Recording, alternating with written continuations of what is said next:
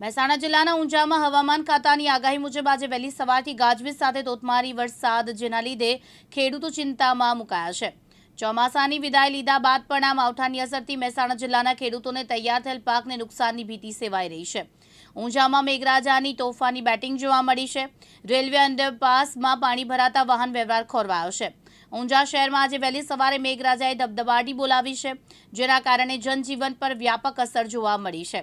સવારના સમયે વરસેલા ભારે વરસાદના કારણે શહેરના નીચાણવાળા વિસ્તારોમાં પાણી ભરાયા હતા, જેમાં સૌથી ગંભીર અસર ઊંઝાના મુખ્ય રેલવે અંડરપાસ પર જોવા મળી હતી।